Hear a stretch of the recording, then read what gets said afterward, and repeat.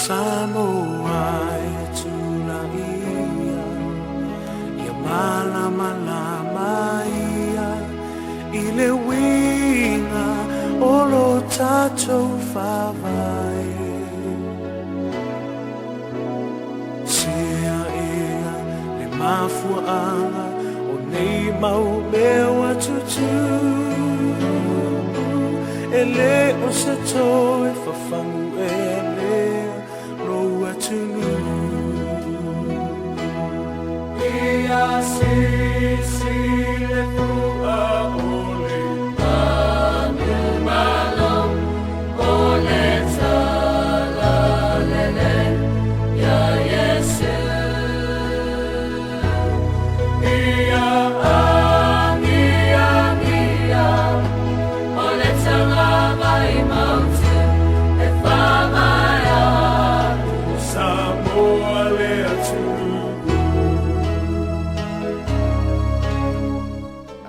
Watu Samoa e lau whasi saunga nei tuaso. O le viinga e fo I le atua e whaafitai mo le amaloa ua mawhai ona maua fo I masunga e whaafenga inga nei. Ia ele o toi pose lilo o lo o iai a Samoa I se piriota e tuina mai a walfa taloina o le tula fono tau whaofi.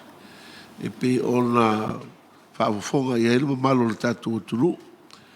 Tō whāfo ima se utanga loloto o ia ile li palmia ma le whainga malo ia me se fo il tātou o tulu ina ia whaia se tūla folfou ina ia tau whao fil tonu o whamai o Samoa e ala lea il whalau iloa o Samoa le atunu ke usiano e whamai I le tamā ma le alo ma le anganga pa ia o le nei la pol kalame o le a muaise avanoa e whaatatano ai malisi o sunga e whaafengainga o lo o tausia ia le lafu mamoe le atua mai le to vine ia o le ao la auto whaafonga mai o la fo sa la tau whina ngalo whaalia e whaatau le nei tu la fono tau whaofi o tatu ia I tonu le piliota le nei iwas furuaso o au mai e le malo e whaalia I ni whina ngalo o le mamalo le atunu o le o atu I le lawina whaatolu o le nei tu la fono tau whaafi.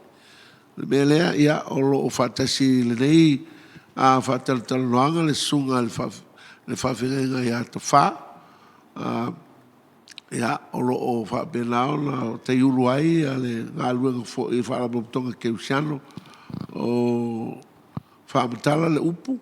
Ia mai se fo I sunga le whaafenga ia tūlua o lo fa benalo fa ia mteitai o le First Samoan Assembly of God Samoa o sunga ia sui Samoa o ia o le fa fengainga o le kalesia ia taulongolongo Christian Church ia ma le sunga fo teitai nei sunga ia Manuele I moa o ia o le teitai o le kalesia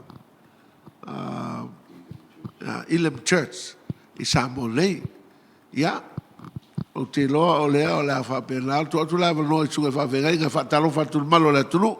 Ia, mata mai ata wha. Whatalo whatu, Samoa, lea tunu pele, iau whasausanga nei tu la, a lor soifua malange ma. Whatalo whatu, Samoa, ona o le lefo I Purkalame, pe ona matou o isema, tanga levanga lesu. Ia, tala whalawa Samoa lea tunu pele, ia. Manuia le atua I lau whaafongafonga mai nei aso. Talo whaatu fo I le tātou atunu o le soafa man malo, tātou alii ma le tātou whaola o Kiriso Iesu malo soifua le lei. Ia, te loa lea o lea tuatue lau sunga tulua, e te amateina le tātou whataltonanga se talo. Sei o tātou talo. Ia tō mau pēlo vi inga no mātou tua I levanga o lasu. Wa ea o ina fo I mātou I so se mea mātou te whai. Ia whai a vi ai oelo mātou tua. Mātou tua I nātu nei Purkalame. O nā le wha moe moe mana onga so mātou tunu o pe o na yelde mai tau o tau sang. Ia so ni mai oela amtanga nei Purkalame. Le te telefono ia mas fo uso a whawhengainga o le am whai ona mātou tala noa ono le whaamamoe e whai fo ima mo le mau e whaamarusia e le mau e winga le lima na onga o lo tala noa ilo mātou tunu i le ne vai tau o le tausanga whaamanuia le nipo kalame o elo mātou tua ilo na amtang se o lawa ilo na whai unga i lo suafa Yesu. Amen. Ia, malo whawhitai o lea ua mātou tauni maina nei le tūlanga o le tūla whono ma le tūlanga o le whawai o Samoa. O lea whapitoa i ei nei whateltanuanga. O lea la ua mātou tauni maina ia upu o lo tau whaofi tonu o le whawai nei e whapea. Samoa is a Christian nation founded on God, the Father, the Son, and the Holy Spirit. O le whaupunga lea o lo fia whaofi tonu o Constitution i le vaenga lona tolu i lalo le whaurutalanga name and description. Ia o lea lao lo o pena neona o mai le avalole nei e fa penala ma ini fina ngalo o tangata anu o Samoa ya fa te ho ile tu tatu filo nei tai au mo to suga fa fina ya le avlol ya le la fa fo me le tu ya la mai fo iso to fina ngalo e fa zo le tu la fo no po la fo ese mea o lo o ilo to fina ngalo tu so mo le tu la fo no to fa ala tatu ma te me le suga te fa o lo ya te ia se perfetanga na whaia i se tausanga o tonai na ave tu tono al paramene. Ia, lau sunga ta wha, se sauno ia ma lama le tunu o la perfetang. Whaftai lava, lau sunga te taifono.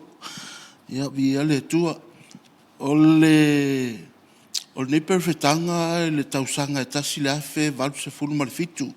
Ia, o soifua le fionga toto alii, le fionga le li palmia le navai tau o tofilau eti al sana.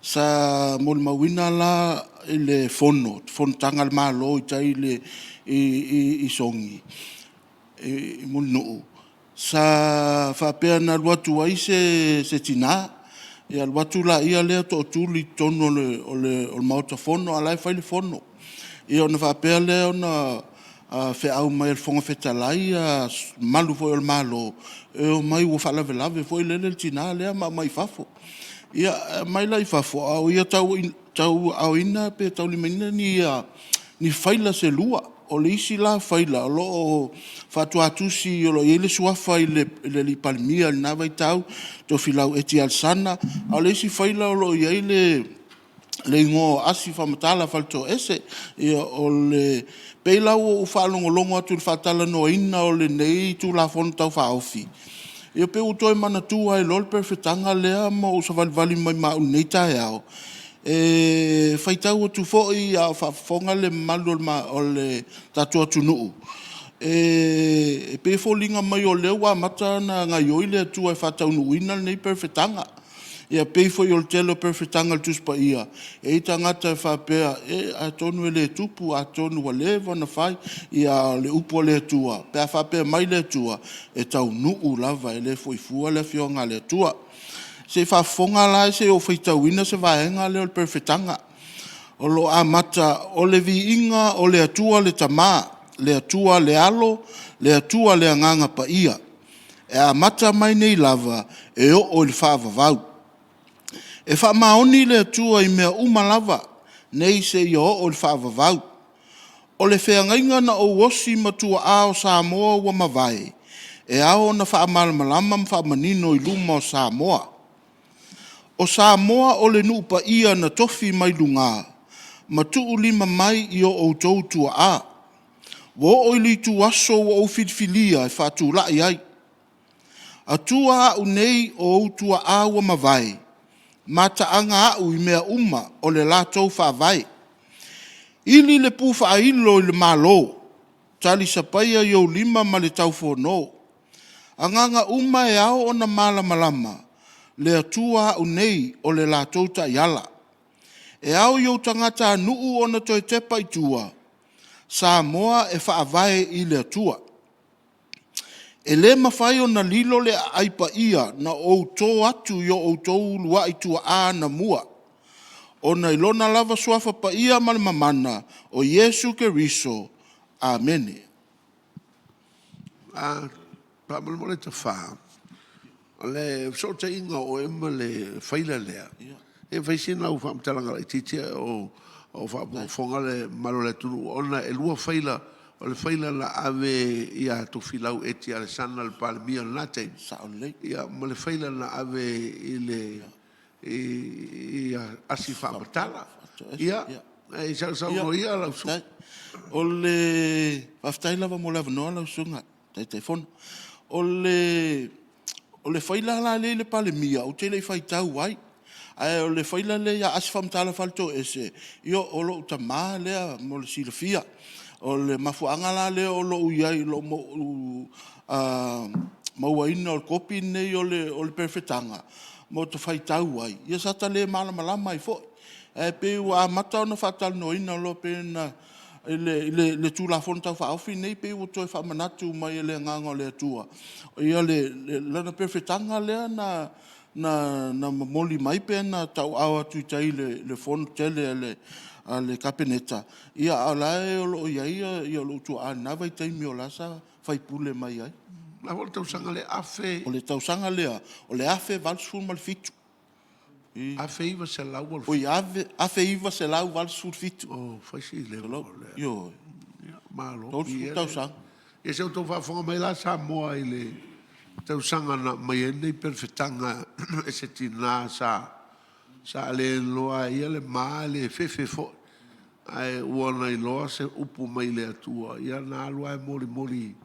i tai i o tato malo na tai a tonu lava o se o ne va ai aniso la to pe o se tina e tau fa le tonu na mafofau ia po o fa so esa ia ngalo ai fa mai upu le fionga le atua e fa ali e le atua me mamana i tama vale e pi fa benalo fa le tonu vai tangata ia fa ngai le atua ia tangata fo i pe valea e fa mai me poto vai fa mai me malos ia e fai asi ta o tele ole o vai ngole se ta tuta no la titi la el perfetanga le o upulai ai o tua ana ma vai na la tu o meia ma i se ai like mai ana i bela il perfetanga fa moleta fa e o le tasi vaenga le ifa mai o le fea ngainga na o wosi matua a sa moa wa mawai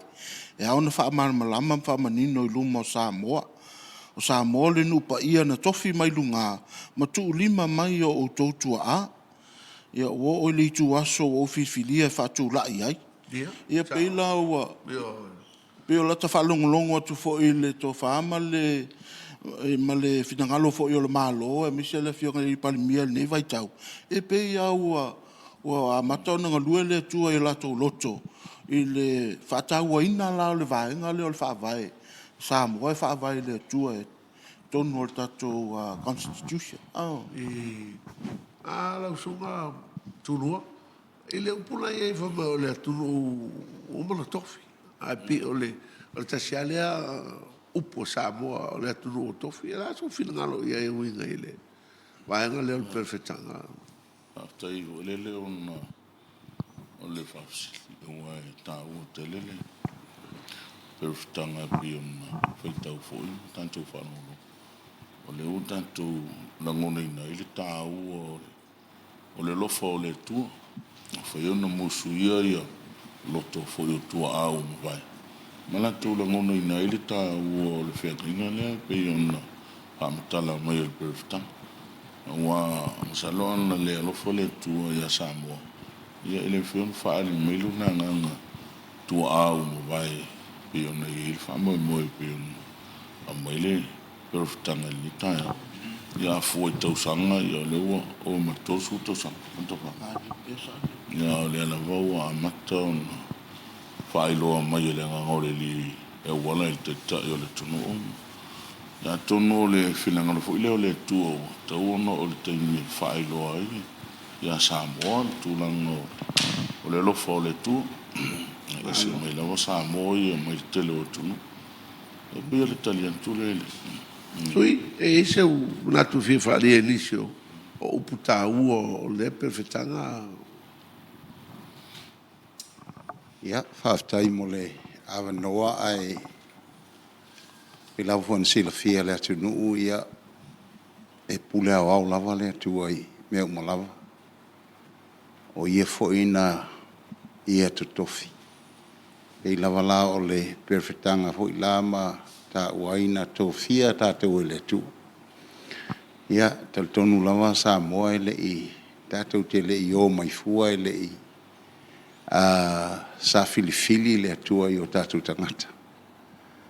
Tal tonu la fo ia pei ona ese mai tātou te leo nisi atunu o tātou fo ia pei ona maui wha maumaunga o tātou lawana mua i tudo tasi i atunu o tātou Pasifika. Pei ai alia i e pea le filfilinga le maltou finga le atua. Ia, ma tātou wha maonia i fo le manuia o le atua le tātou te manuia ma file mua i sio tātou tunu. Manuele, e fai asi tulanga ese o le mea lea e tiro e fo il nei perfetanga pe ona au mai fo il nei tae au e ta wha sa i lona tua ale fai la lea.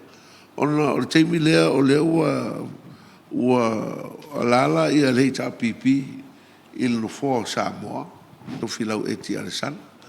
A lea o mai i le teimi nei o lea lava e tau ave lava e lei ta pipi i lo fo Samoa.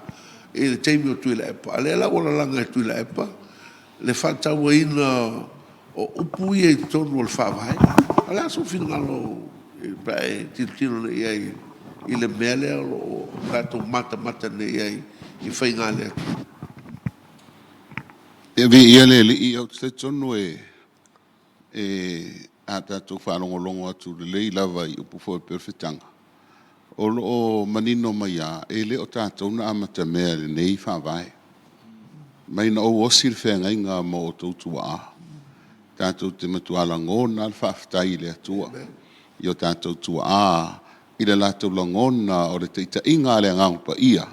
E ta ita isa moa i le awala lea. E mau i la loifo le paolo le ou le malo si uma. E le to e tauilo le tātou wawa ai atu nei le lanolangi. Ma tātou i loa atu nuu ma le vevesi o loo iai. A o lea tātou te maua lava le file e mui le anga le lei mai o le atua. A nga ila isi o tātou malo ia e langona fo te whaafitai le atua. O te whaafitai ai le atua ona ua lātou talia le si ufonga o le lii. Ia ua taitaina fo i lātou e le atua i awala manuia e whai ai firfiringa ina ia manuia ai tangata lautele. Ia e le to e tau whailo na vaenga i ni firfiringa mani suinga na whaia. Se ia nga i mai a fo i le nei mata upu o matua sili o na tāua. O na o lea na ta manatu lava wa iai tātou constitutions ia le whaavae lea o Samoa. Ia a o lea o manatu le tātou malo e whaamautu ma ia whaalau i loa atu ia tunu uma o le lalolangi. O Samoa o le atunu uke o Siano e whaavae le atua le tamā, le atua le alo, ma le atua le ngangpa ia. Ia, tate la ngona ia whaaftai na i o tātou tai malo whai o whaiva. Whaaftai mo rotu whingalo whaalia. O le tau te ia i si perfetanga le nei. Ia tau te lei o atu i le tātou whaavai pe ona iai. E lau sila iai nai, upu nai iai nai tu tonu ole. O le perfetanga lea na mai sitina lea. O tala whea ngai la le nei teimi ma le mea lea o tula i mai. E iei se whai a i le nei teimi ma le mea lea na mai e nei tina i le nā teimi. I lau sila iai tonu upu le whaavai. O le perfetanga. Whaftai lava mo le avanoa. Sa o lei lava le whamtalanga. Te le lava le sotanga o le wheau le nei ma le vaitau le utato iai. E pei e le tu lafo ia lava e le tua Samoa. Ia e whai foi tala le au whai history foi lele po tala anga o le tupunga mai o tangata le Pasifika e mai se Samoa. Ia pe atangia mai I. Sa taita ina mai lava e le tua ia tatu matua mua lava e na mua tau nuu mai nei lau ele. Sa taita ina mai ia molona wha moe la aluai aso o le vai teimi o Ioane Viliamu o lai wha solo lava le pol kalame le tua. Ila ta mai tau atu foi lele iai. Ia aluai lea o lo ngalua mai lava lea ngango le tua o tuto tasi le malo Samoa. Pe folinga mai la o le wha ngaioi lava le pol kalame Samoa. A le tua mo Samoa. E le imae lea lei nei wha upunga ia wha pea o le teimi ufifilia wha tu la iai. Ia o leua iai le tala lei Samoa. Ai pe o nisiri o mea o lo sila fia le tua i lon tō whama mau. E ono a wha inga e le nupa ia na tō mai e ia mo tatu tua a. Mo tato uma. I le mewa iai foi nei vai taunga I malo foi e se langi matulanga wapena. Pulenga wapena. E a foi lele, e ona puipuia mai ai, matili puipuia ai, ia Samoa mai nisi whaingatā, foi o la o iai. Ia pei o tātou tamā, ia tātou tua a. Ia o latu whiwhilinga, ua a fia ai tātou, leu tātou manui ai. Ia tātou foi lai, tamā foi la tunu o lo iai nei, mal tātou malo. O la uloa lai foi ile tō whama mau. Ia mo le lumanai foi ma tātou whanau. O mai foi la tau whawhai ngofie ma manino lava. Ia le whaavae lava leana whaavae me tatu tua a mau si il whea ngai ngā male atua. Peo lau lea awai etu iei le whetau I le lei lava ma lea whanga I oi me le atua langa na le whasolonga lana Pol Kalame mo Samoa. Ia ma le tulafono tau whaofi lei nei fo I o le whamanino Samoa le atunu kerisiano. Pe o leo fa pe o malteimi tu la ia. Ia o le vana ia le fa vai Samoa. Al fa bla ele o ia le mele tu tonu. Sa ole. O le fa vai. Wa mo ia fa mo Samoa fa vai le tua. Ia esa tu ul mena o le preamble. Ele ia tonu fa vai. Ale la o malteimi o le o manatu le malo. O le ale ngata na le preamble. Tu ulo tonu fa vai. Lau sunga al whawhenga turua o le ala so whina ngalo iai o tala whea ngai nei mea o manatuna malo e whai I teimina nei after I mon whawhsit pe ona whanangolongo lau o le lele perfutanga ona o le teimi e langa I le atua le loto le teitai o le tunu o whamautu le whaavae o lo tatou tunu wa fa usilsile le I whamautuina le lele whaavai. Ia atono le wala le o le teimi e langa ina I le tua pe whaamanatu mai ia. Ia po le whaperufutanga fo e wa o le whapefetale ngā mai. Te lopo se miti fo po se whaalinga o whailore te tai o le tunu. Wa le te ona mafu on whatala nolim ta. Ia te lowo o le teimi e langa e fo I le tua ia. Te tai o le tunu o ma le whainga mālore ne vai tau. Ina ia toi e whaamautu whaavae o so tantou tunu. E whaavae o lo tantou mita ima. Ia e pawale e langona whiwhiele o iai. O lo lewa mana o e tuu I tonu. Ma le whai sa e langona aiwa iai tonu le whaavae o le tunu. E le pifolinga me o se me sa. Tau ana tau langi ia ele I whaamautuina. Ia lea o al taimi o le tua e langa e fo I loto ma whina ngalo te tai o le tunu o ma le whainga malo. E on whaamautu whaavae o su tatou tunu. E le whaftai le tua ona o le tua o whengainga ma le tua fo I o folfolanga le te whatau nuula na upuma. Paperufutanga o lo whailo mai se o tātou tunu. Ia le tali atu le... Alo. Sui, la so whina ngalo iai. Tala whengai nei mea ua tau whena malo nei tu la fono I tau whaofi tonu whaavai so tātou tunu. Ia, e mua ona o O moli la o nganga whaatai i taitai ma le whainga malo. Whailo atua ilo o lango ma la o talitonunga o matua talawhea ngai le leilawa. Se fuafuanga ua ae il tau whama le whautautanga loto le tātou whainga malo. O tātou lava ia pe lava na a mata mai ai tātou whalongolongo fo me pewhetanga. O le ua peise i o le ua o le taimi ma whatau nuu le taimi nei. Ia o le tātou te i loa manino i lava le whitwhilinga le atua i seo tātou atunu. Pe ila na o whai atu sau manatu o te whaftaia le taitai ma le whainga malo tātou atunu. Whailo ailo o lango i le nei suinga o tatau o leva e ui o leva on tatau o na iai o leva on tatau o na tuuina i le whawai ia ai taltono le taimi a le atua ia o so o anatu le nei taimi ma tatu whatatau noang Malo. Manuele, e te tonu e nei mea tau perfetanga. Ona le mai tau mai le tunu o se perfetanga. E te tonu nei mea perfetanga. Manuele. Taila mo harsi. E matua i se lau pasene le tonu ia I mene o perfetanga. Ona o le tātou atua e ese le winga o le atua. O lo maua mai tuspa ia na ia mua I whaia le taunu unga po le amuli o aso. Ona mulia ila ia whai le amatanga. Ona ia tau mai la ia ala I fofonga o ana perfeta. Mea ia e taatitia e le lumana I lewa uma ona ia whaia. A le tātou te sā vali atua I lona whataunuina. O le atua fo ilana filfilia tātou. Ta te manatua upo Yesu I ona soo. Ele o outou na filfilia au. O au na filfilia outou.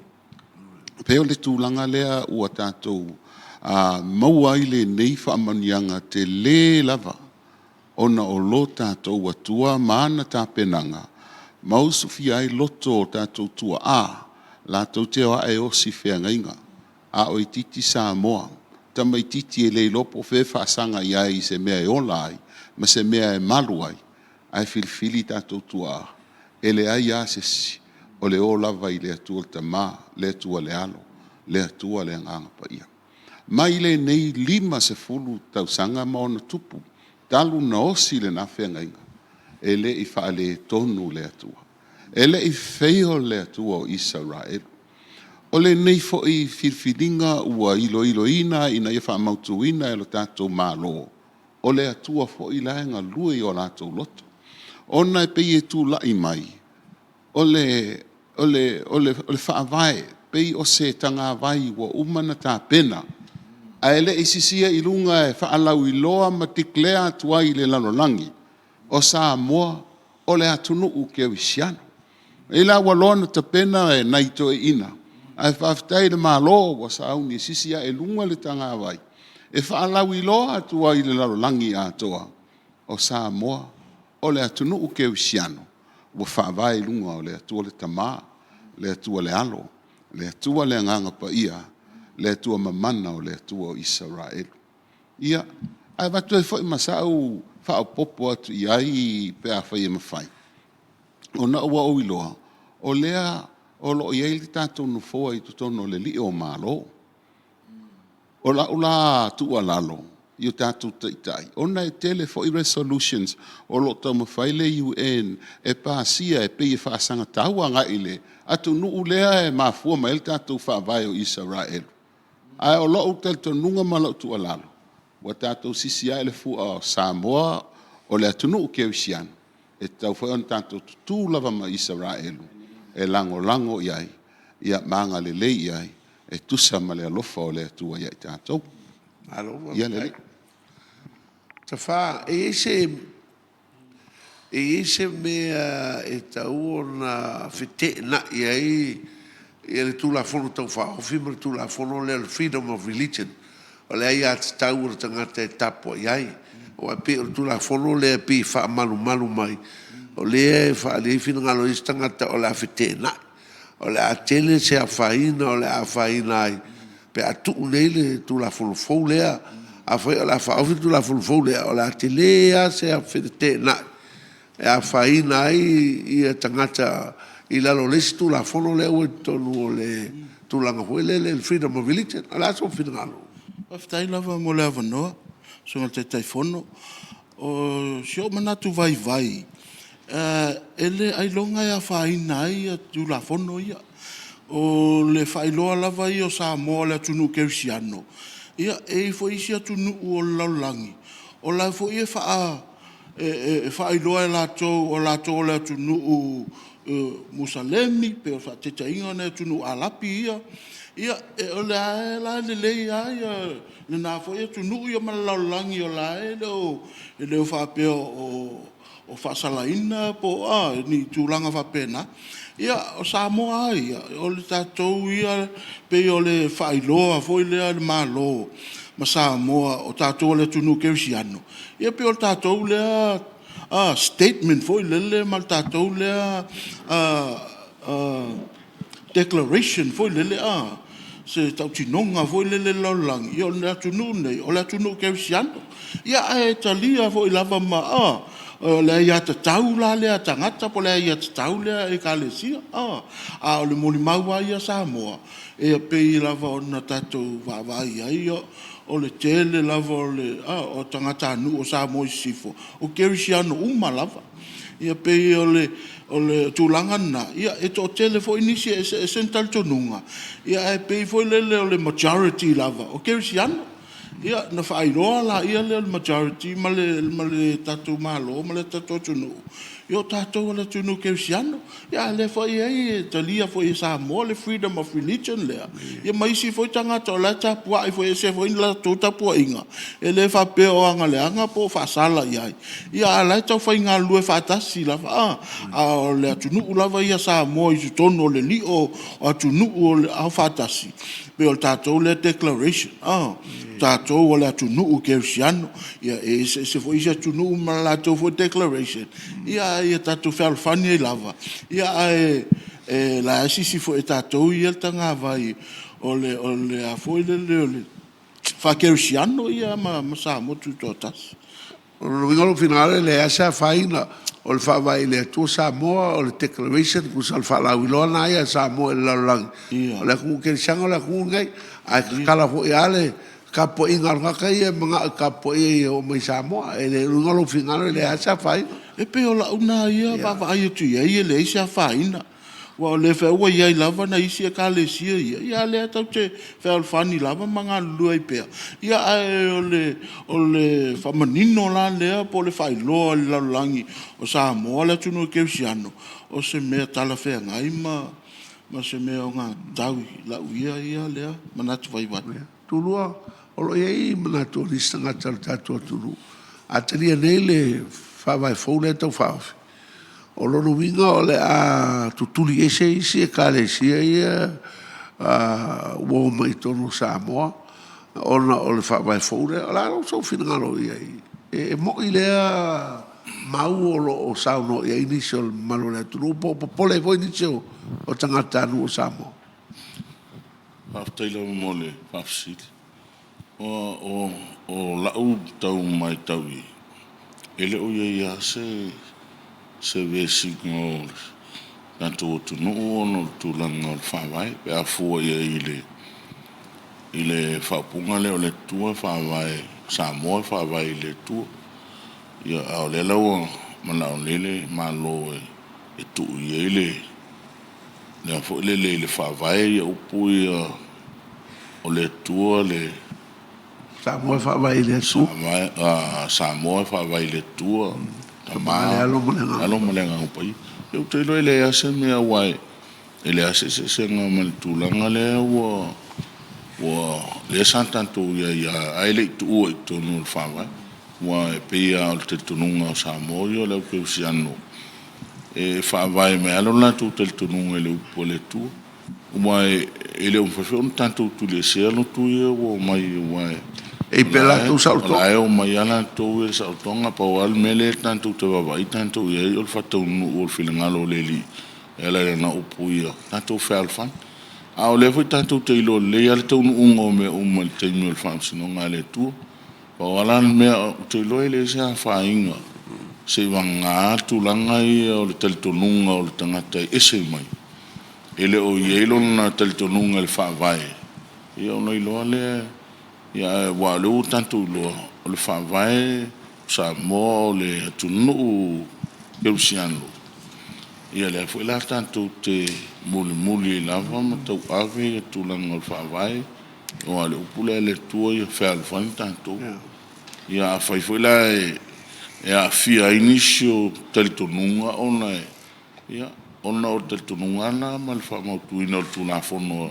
si o tanto tunu au te lo alta tu tunu ele o yesa fia ngal tu lang tu i tonu le fa vai o tanto tunu ia upu ia lo tau fa mau el fa O ringa lo finangalo o lea fato a tu tonu fa vai upu le o le vana langi mai Samoa o le vana langi mai fa vai le tu Samoa alfa velave e langi fa foi le langi e to o le la pe fori ko o le la fa ko ko ia ma e o le langi ko ka ko pe ai pe o se le ma langi a ele fa ma ki ko ko tu se la te lo le ala se me la vese fu wala wo e fa isi lo tu ma isi tel tonu ia ka ko ke lo te po ale mele tanto fe ta to ono fa tanga mal tu langa le upole tu e il fa msno ngale li fa msno por sa o por se ai to nu ul fa vai pe mi tanto fe el fa vai o su tatu tu fa vai sa mo fa vai le tu sui o le polenga lea o lo ye nei al nisio le tu a o fil fa vai nei le tau fa o fi nei tu le pa mal fanga malo o le a te le a se afianga o isi lo a pe o lo tu ye le o a ta tonu il fa vai le a ya o le a fa pe la tomuna tu lo no winga o le a faina tele la ia ala so finalo e mo ile popolenga o se popolenga fa benao le mafofa e se sa no ia so va venir ya a taimon fa silia e ai lo tal ton munga na fa pe o lo fa fonga mai la tuna o le mele tatu tal noina ma le tatu te tal no ye mtatu ta mfai ya misfol malo ole ave sele ole ya tauna po le saltongo tapo inga ya tonu saula lato lo lato manatu po salato faitionga ale mandino la ele ai ole o ye tono tatu tunu le saltongo tapo inga ya ele ai ele le tuna le tatu fasangatia o le tule tatu fai loa i tatu lango i tai o le malo ia pei lava ona tatu tau ua na tatu soifua mai ma tatu feola mai kako whalongo ai ai o Samoa e whawai le atua pe o le langi o le pese ia ai o se whamanuianga ia ma se poto foi o tu e le atua le tai o le ua tala fea ngai le leia i lawal nei whaaboi moi. Ua ta tauna tu alo ia o na atono se mea pisa ngalo mai ia po le afo isa awala na mafu. Aio na le tu ina i tono whawai. Ia lea e le mwhaio na tatu alo e se ai. O te lo hoi po alawa nisi tau mwhainga mai a disi foi e ka le siam nisi lotu ese. E le mwhain tatu alo e se mai le mea moni. O le tātou whawai ale ana whawai mai ei tātou tua amai e fau nei fui lava nisi tapo inga mai tono le tātou tunu. Ia e pei o le tapo inga ale sa tapo ai uma ia o tātou tangata. Ia ai o lo ulan nā tauwhi. E le ai tātou te leo tala noa e awe esle freedom of religion o leo o iei to tono le tātou tunu. E le ai ala ma se mea o le a tu ngalu i fuala tau ia. ile mele tātou te lango atu ia i le malo e ao, ona whātaunu mea tonu malamu. E pe o sauna manatu ili nei fo i whafsili lau sunga William. Malo, waftai. Ia. Lea sau longa ia i lātou nei popole whapea. Lau sunga Manuel. Whaftai lawa mo whafsiri au te longa ua te le lawa fo i whina ngalo matango fie tau whamara malama ele na popole. Ia te loinga o le popole vale lava. Awa o le keriso lea ua tātou whawaya i nei Samoa. Ia o ia fo ina whetalai mai ele amata mea mai fo ele UN le mea o le freedom of religion. Anto ina na sitia Yesu fata o to hoi lele ngā watua na au na lulu saito. Ia ola e momoe, ia a alua e le sika ngaka lulu, ia ki kangia. Ia ngā oso e la ia i kai au, ua kupu lua e mea. Koe o voila i au ngā whaire makai, o le asa u whinga ngalo. O le a vele ese ia ki kangia. A whai ele au ngā, ia aua le velea, wha kupu lua i pea. Se ia o le aso e se le ai. O ngā vele i o ki kangia i o le pafi. Ai a vele saiko e whare saiko o le atua. O ke roi ngā la, e le ai e le o le UN ngā amaka mea mai le mele o le freedom of religion. O le anga whai mai Yesu o kākou, ia kākou ke ola pe le upu a le li. Ma kākou sāwa wali i le whinga ngalo o le atua. A o le whakakia mai o le ngi vaenga kā ua wa kākou wawa aia ku ngi iai. O ke lunga aia o yeise mewa waku e le akua, inga i o kākou kai kai. I ngi fai vai kai mea leo kākou ka ngaka mau mai ko kongu. Ia alu fo se si ava ia e se karikonga fa sa kangi se 4 milionga i fa. Ia nga saurola ia ngei eli alu le polokiki. Ia makama fai eli kwa ia ko kongu le lea wa e finga ngalo fa ku langa lo e ku langa e ka kaunga ku langa ai. Ma awangi ko e suia engi malo le rumangai awa ka ko kele lo. A pe ole o la u fa kai lea o ka kukua ngaka wera ka ko malo ia o la ala ko keilo e pasi aku de siku pulanga ai au ngaka penga fa mau ku se mea a wae fai mai ia fa malo ku lava ka ko malo mole finga ngaro ka ua male fale ku vi ele ri lo winga la sa wanga o le freedom of religion kai pe sa wanga su upe ku pulua e al kai me se le ai ia ai ia fa pengao nga ola pe fingalo le ko sa mo o kikangi ia kai me se le o ta ole ia o que con sa mo la fa sin ka ko malolonga umo le ia on ko kali mai le ia nga e kulo le vanga mulmuli o fa ka lo ni ka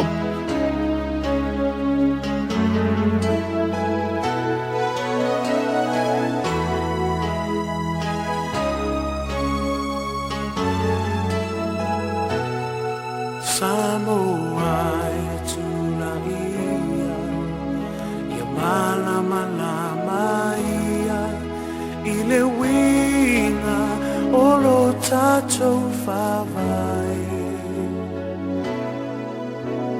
Sia ia le mafuanga o nei mau mewa tutu Ele o se toi fafangu ele roa tunu Ia si le fua ole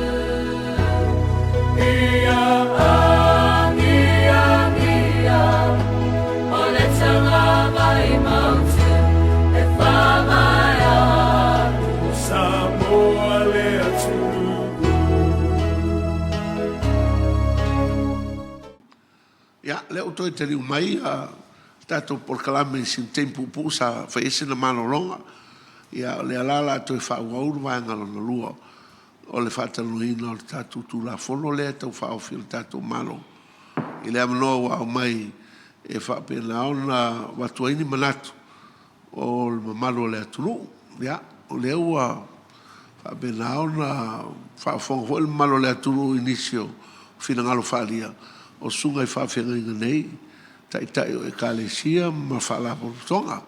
Ia, o te manatu ai o te teritonu ua tele lava se oa ua ma whai ona tu ina mai ia ua fo whafonga le atunu i o tau sunga nei aso.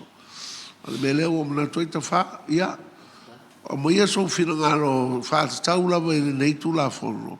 E leo tau whai meso tātou malo. Ia e mese fo ia maulangona uma ia o lo si uleo ia e whaalongo ina nei taim. Ia a o feo ia iso whina ngaro e fiso swali e so tātou nuu i nei lava mtau. Aftai lava mo le avanoa. Ia o e le whaingofie fo ia le whaiva fo i po le tūranga fo i le tūlafono le nei. Ia ai talo lava ia maua pe le tātou tunuu le file mu ma le toa maalie. O le tūlanga lea i le tūlafono tau whaofi nei so tāngua te whaitau tasi atu. Samoa is a Christian nation founded on God the Father, the Son and the Holy Spirit. Ia Samoa lea tunuu kerisiano. Ia e whaeloa tuai fo i ata no ta lango fo i le tūlanga nei i le finangalo fo i le tatu malo ia ma tūlanga whapena o se langona po se manatu fo i lau sunga le fonga tatu po kalame o le mau fo i le tuspa ia o whapea mai le tua o la tau lau te honoringa ia those that honor me I will honor. E pēlan tātou tala no ai pēs tātou declaration ni Samoa o tātou o le tunu kerisiano. Ia o nasi la fia lava le malo le tunu e tau le whailoa. Le tele fo i o mala whal natura i e tala le tau. E meise tūlanga i mea tō ma tūlanga whapena ua whaola ina malavea i mai e Samoa nei tele o tau sanga. So te manatu lea i le nei i tūlafono, ia ele ngata na declare, ai pe ua ana i Samoa le tua. Pe ana i le Samoa le tatou malo le tua, i lo nanga le leima i a tatou, i nei tau sanga i tele. Ia ai pe ila o le maulea, la tonu na manuia lava le mea mau e mai Samoa le whaiunga nei po le nei tūlafono. Ele ini malaia na manuia o le ana fo i le tua. E statua tunu ula i titi lava lunga o le whawhanua la langi. Ia ai whailoa tua i le tua. Pei fo e nei ai mau e whaonga ia me iti. Ia mau ailo na vi inga le lalo langi ma tūlanga whapena. Ma a fo i le i te whaftai e tuai lava i lota nganga whaftai o le ia toi mawhauwhau le vai teimina i tātou tua ana whaia le whaavai le teimina tūtō tasi i Samoa ia tal tonu e le i tele fo ini tūla whono fou nai ai lau loa fo i nei vai tau i le tō wha fo i le malo o tele fo i tūla whono tangata fo i wa onga lo ia ua iei fo isi tūla whono i tau mawhai o mia i lalo i le whakerisiano po le tal tonunga i a Yesu Keriso ia peila o tal tonu lava o taitaina lima taitaina lava i le tua tatu taitai ia e to e whaamausali lava i tonu ma to e tu i tonu ia tā mau ai le whengainga le na osi me tatu tua a e whaavai le tua Samoa ia man whaamoe moe lava ia vea Samoa ma atu nuu kerisiano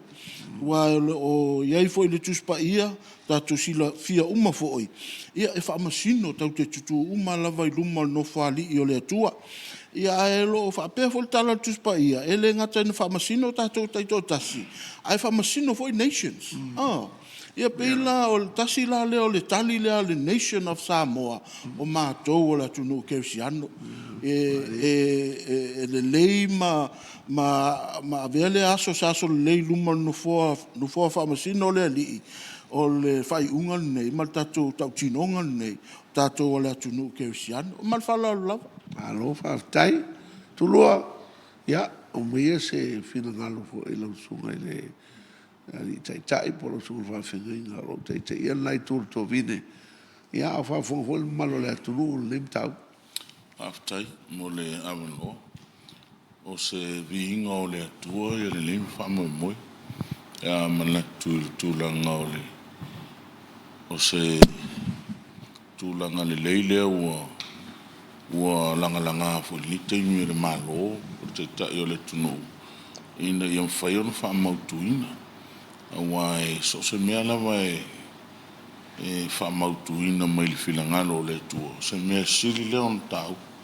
Wai le sisi upu e siri leo na tau i le laulangi le upu le tua. Pere fo ila o le whawai matantou wawai i le whawai i le tamā i le alo ma le ngang pa ia. Ia o mea o lo o manino le leil tuspa ia ma o lo o iai tūlanga o le upu o le tua ina ia i loa le tangata le tūlanga o le tainga le tua i le tunu le. Ia o te ilo fo ila e le whaiona sa le ese se le ngona e tusai fo i mai whamoe moe o tai o le tunu ma whainga malo. I leo se amano le leile e toi whailo ai whamoe tūl whawai o su tatu tunu. O le talitonunga i whakerusiano whawai le upu o le tua. Ua iei whono lātou talitonunga lātou te le toi se yotam po se ngā le upo le tua o lai tusi mai e ta ua ma le whaamai e taun a whaifoi sāla no le tua a umawai le whetala mai le tua e ala i lau nā ngāngu pa ia sa musu ia i loto ma lātou talia le tūlanga ma taulangi le whaamai e uilawa i le iai tono le whaamai le tunu a sa lātou taulangi o mai ai tātou tupulanga ia le whiona me sea wafo e ole whaamai mai le upo le tua le alawa tātou te pese ia o tātou telitonu ma i elo tātou telitonu i le whaamaoni o le tua le whaawai elo tātou tonu o mwinga la ia le tala tuspa ia a whai e loa tangata se mea e le taunu whai e le whai ia pia le angasala lea te ilo se mea sili lea no maa le i le te tai o le tunu te ilo e le tupu fua i le mea wai so stangata e whalangolango i le li whamoe moi anu fofua e whailo e le tua me whai te iloa ia tua whoriso i fōra te te le tunu umal pai ngā malo ia au le alawa e whaali ia i mitim whaalinga i tūlanga te te ingoli e tunu o te langolango ina ala tūlanga o le tuu ia i o upu ia le whaamai ia whamau tuina a wal tūlanga o luma nai manu ia o Samoa ia pei o le italia tūlanga i le whaafsili Alo, whaafitai rau sunga whawhengainga. Ia, sui. I Samoa, sauno ia whaafonga le malo le tunu o sau whinangalo. E whaalia e nei tū la whono tu whaaf. Ia, tai tele lau sunga mo le awa noa. Ia, e peilawa na sila fia fo i e le atu nuu antoa. Ia, o le tātou pale mene mo le tātou taitai ia o lo whapena o na talo sia uma le atu no uma e ka le sia ia tatu te talo ia mela o ia i tau whama le whaktautanga a le sunga le taitai le fionga le taitai ia ma le mamalu le whainga malo ia te awawa ia o te matua lango ina te lele nei tūlanga ia ona o se peila fo nta o stulanga o levan tatu yai man tatu loa mai lava o tatu laiti ia a o lea ua whaftai fo il matala o tatu taitai o lea ua lato silsila yai ma lato loa ele te tau na whatatia i whapena na se whaupunga e au lava ina ia tu sia o le nei fo ila whawai o le a tuina i to tono le dato whawai e le o se me fau ai o se taimi ua te tau a ona tuina ano i to tono le dato whawai ia ai o se tau tinonga ola i luma o le atua i ailo utal tonunga o le tuina nei tau tinonga ola i to tono le dato whawai o le ai le whamanianga whapitoa le atua i lo tātou taitai ma le whainga malo ai maise lo tātou atu nuu atoa aua o le fina ngalo leo le atua mai a whai tātou te tonu ai tonu i lo loto ma tau tino i lo ngutu e ta tau alana i se tātou tau tinonga ia o te mi umafo i lai e whai tau ina il whawai o Samoa e whai atua il tātou tau tinonga le i ngutu o tātou tangata o oe le atua lo mātou whawai. Ia, e tonu lava, o le a whapena lava ona matua whamanuia i le atua i sio tātou tunu atua. Peifoi ona whalau atu le tele o le mana whalia o le atua i tonu i sio tātou tunu. Lo ula foi tangata wa ai lava ui matau tia o le atua le nei tātou te whawai ei, ai maise le whalo longo mea uma i le suafa o Iesu Keriso e o ai makangi e o i mea e ke ka ua lava le suafa leo Iesu o ngā makua o fofongia leo wawenga e tutupu ia e pei o la una lo lea manatu o te matuala ngolangoina ia malau talo foi ia whamanuia le atua o tātou teitai ia malwhainga malo ia mo le tuina aloa ia o le tātou tau tinonga whatasi o le atu nuu le nei o le atu nuu kerisiano whaavai le atua le tamā le alo ma le anganga pa ia whamanuia le atua i lau whaasausaunga Samoa alo whaatai na songasui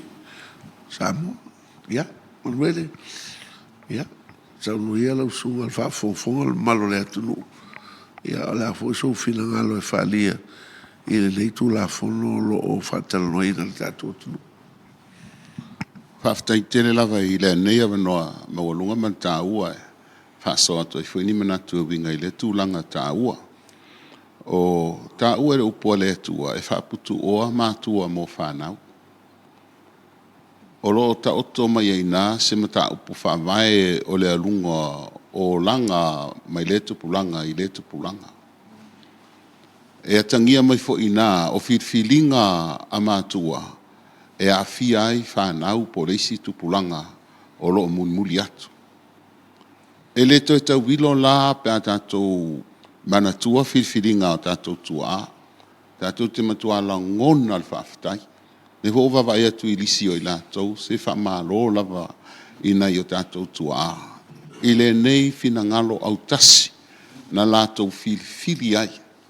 O le a tātou whata oto se awala e sāwa vali ai e si o tātou watunu. O na lātou alo ia I leo le whengainga ma le atua. Ina ia whaavae Samoa I le atua. E mawhai ona tu umai fo I lalo ia te a umalo ta mā lea ma tā upu whaavae. O na o lea wa ou nofo nei wa matua e tilo I whirwhilinga a si opta mā na whai. E tele ana whirwhilinga ia tina e tausi ai au mana I au tei.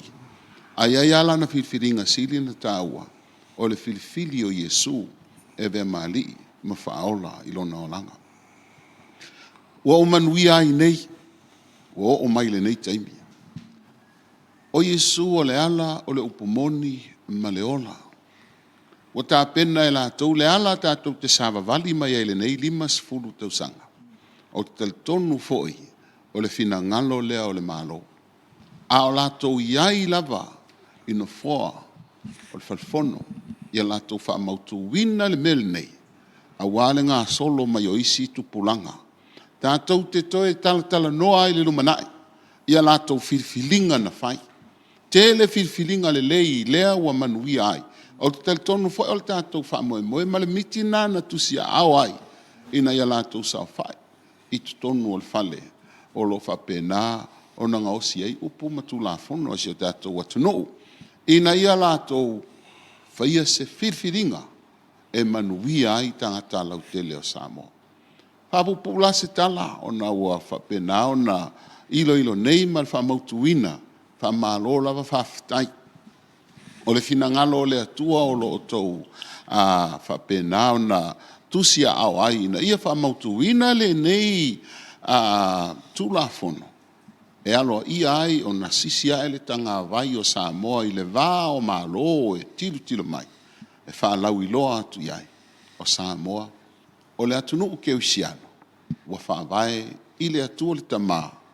Le atua le alo o io le ala o le upumoni. Ma le ola. Ma le atua le nganga pa ia. Ina ia whaawau atu ai le savalinga a Samoa. I le isi tupulanga o manuia. Ma le tasi tupulanga o manuia. Hamania mai le atua o no Yesu. Amen. Ya, malo whaftai. Ya, Samoa o lau o se tali atu na le nei por kalame. Ma o le ngoa al por kalame na utou sila mai le ia le pito e tua. Whawai I le atua Samoa o no por kalame le nei o le ua langa ina. Ia o no le tau te iai I le piriota whatalano ina o le tulafono tau whaofile nei. Se ia ulia ia le aso tolu se fulu o le masina o me o le teimi lea u whaatulanga ina e o le launga muli lea o le tulafono le nei ia o le ala ua langa ina e fo i KTV ina ia whesa pol kalame whaapitoa mo le nei fo I mata upu tāua tene so tātu o tunu ina ia mawai ai o whina ngalo le ngata o whai au ia mai se fo I tangata anu o Samoa o le auto va mai whaua le por kalame se o ai le teimi whaatulanga ina ia me e whapena o no whai ele la wina muli o le tulafono nei ia o se a matanga lea o nei por kalame o le whawai le atua Samoa whamuri e tele le atua Samoa e lau whasausaunga ia fo I le vinga I le atua ia lea u whapena manino nei ia perfetanga na ave atu filau a lea la whatau nuu e tui la epa.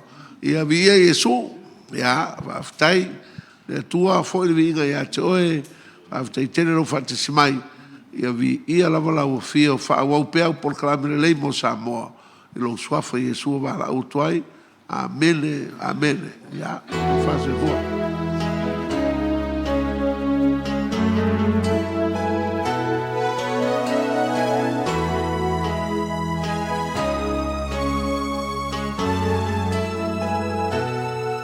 Samoa e tula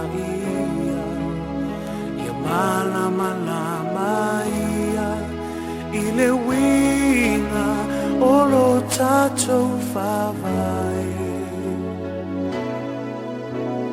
Sea ia le mafuanga o nei mau mewa tutu E le o se toe whawhangu e lea Tunu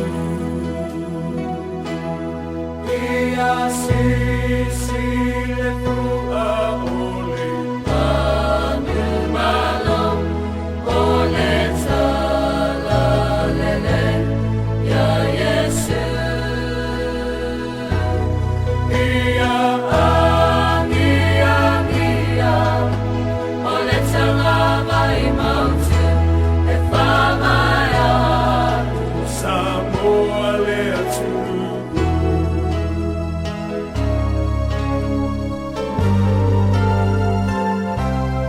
Ua te le whau sosonga O whanau a